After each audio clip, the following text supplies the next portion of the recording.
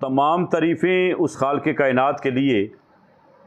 جس نے 12 ربیع الاول کے دن ہمیں اپنا محبوب عطا کیا، اور کروڑہا درود و سلام اس محبوب پر جن کے متعلق ہمیں گمان نہیں بلکہ یقین ہے کہ وہ قیامت کے دن ہماری شفاعت فرمائیں گے۔ ہر سال کی طرح اس سال بھی ڈسکا کی معروف روحانی شخصیت بانی و سرپرست اعلیٰ خلق محمدی فاؤنڈیشن الحاج بابا جی محمد خالد محمود مکی مدنی کی زیر سرپرستی اور صاحبزادہ عثمان خالد اور صاحبزادہ ڈاکٹر حسان خالد کی زیر نگرانی 12 ربیع الاول عقیدت و احترام سے منایا گیا۔ اس حوالے سے پاکستان کی سب سے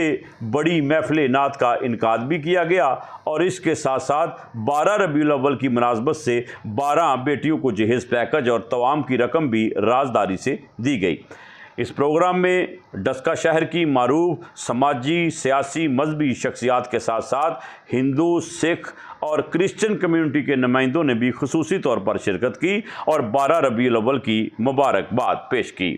اور اس کے ساتھ ساتھ بابا سرکار اور آپ کے صاحبزادوں کو خراج تحسین پیش کیا۔ سب رہنماؤں نے اپنے اپنے خیالات کے اظہار میں بابا جی کی خدمات کو سلام پیش کیا۔ یاد رہے اس پروگرام میں غیر مسلم بیٹیوں کو بھی شامل کیا گیا تھا، اور یہ تقریب بین المذاہب سیمینار میں تبدیل ہو گئی، جو کہ پاکستان میں اقلیتوں سے محبت کے اظہار کا بہترین نمونہ ہے۔ درویشوں نے ہمیشہ